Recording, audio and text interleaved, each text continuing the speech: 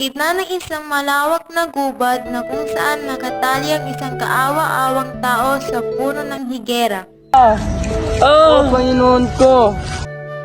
Siya si Florante, anak ni Duque Brincello ng Albania at Prinsesa Floresca ng Crotona. Bakit mo inayaan pagtaksilan ni Adolfo si Aring Lanceo at ayaang patayin ng aking ama? Siguro nga ito ng aking katapusan. Sa hindi inaasang panahon, may isang Moro na naglalakad sa gubat at biglang may narinig na boses. Oo, Tadhana. Kay lupit mo. Kinuha mo ang aking minamahal. Kinuha mo si Flerida. Paalam ka, Ariang Albania. Paalam, mahal kong Laura. Saan kaya nang galing ang boses na iyo?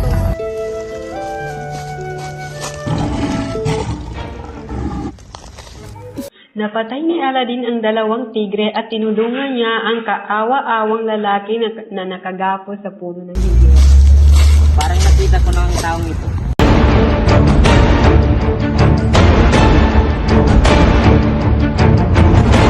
Pagkatapos niyang alisin ang mga tali na nakatali sa katawan ng binata, ay agad naman niya itong dinala sa gilid at binantayan niya ito hanggang sa magising. Sino ka? Anong ginagawa mo dito? Kaya ka muna. Ako ang nagligtas sa'yo. Hindi mo ba napapansin na isa tayong magkaaway? Isa kang Moro! Lang ang iyong pasagit. Kung gayon, salamat. Maaari ko bang malaman kung bakit ka napadpad dito? Isinalaysay ni Florante ang kanyang buhay at ang dahilan kung bakit napadpad siya doon. Si Florante, anak ni Duque Brincello ng Albania at Prinsesa Floresca.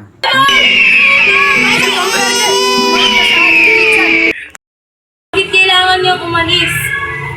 Maganda ang pagtuturo din sa Atenas. Kung hindi siya mag-aaral, paano nang kinabukasan niya?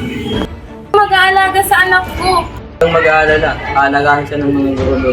Ayag si Florante na doon siya mag-aral sa Atenas. Maligayang pagdating, Florante. Ako nga pala si Antinor, ang magiging guro mo. Maraming salamat, guro. Sa galing at sipag ni Florante sa pag-aaral, doon nagalit si Adolfo. Isang hapon ay tinipon ni Antinor ang kanyang mga estudyante.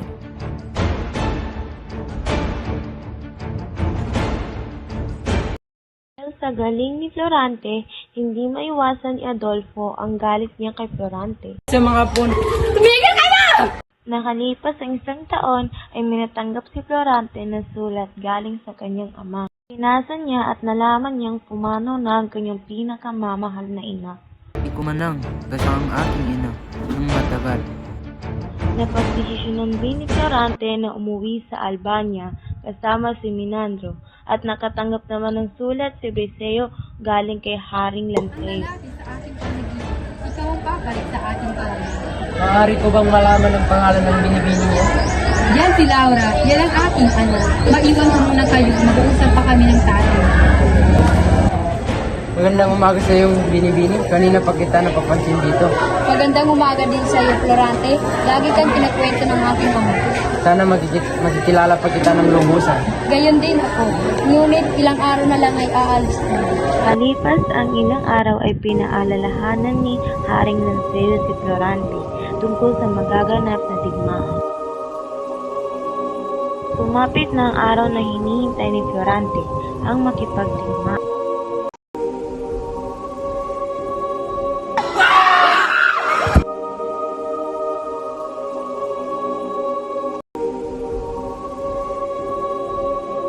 Nagtagumpay si Florante sa digmaan at nabalitaan ni Florante na dinakip si Haring Lanceo, ngunit matapos niya itong tulungan ay siya naman ang nadakip. At iyon ang dahilan kung bakit itinapon si Florante doon. Pagkatapos ng pagsasalaysay ni Florante ay sinalaysay ni Aladdin ang kanyang buhay. Siya si Aladdin, anak ni Sultan Adab.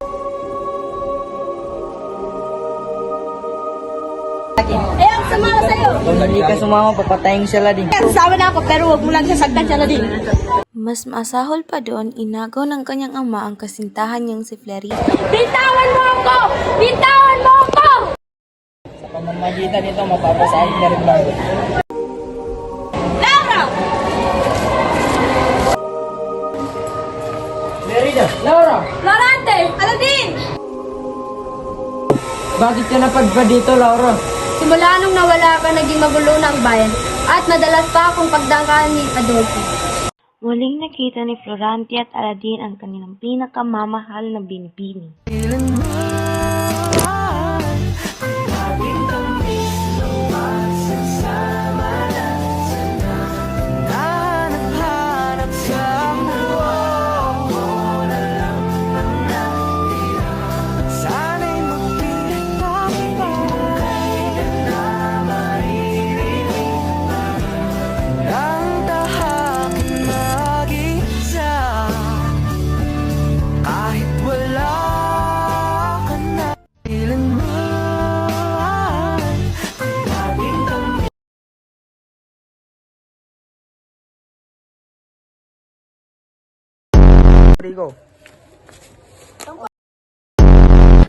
Dahil sa...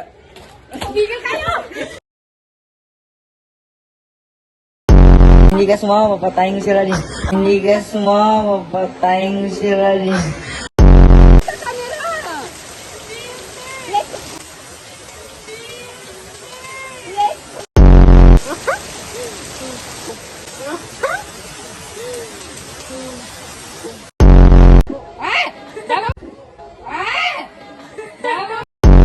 Badi nga setan!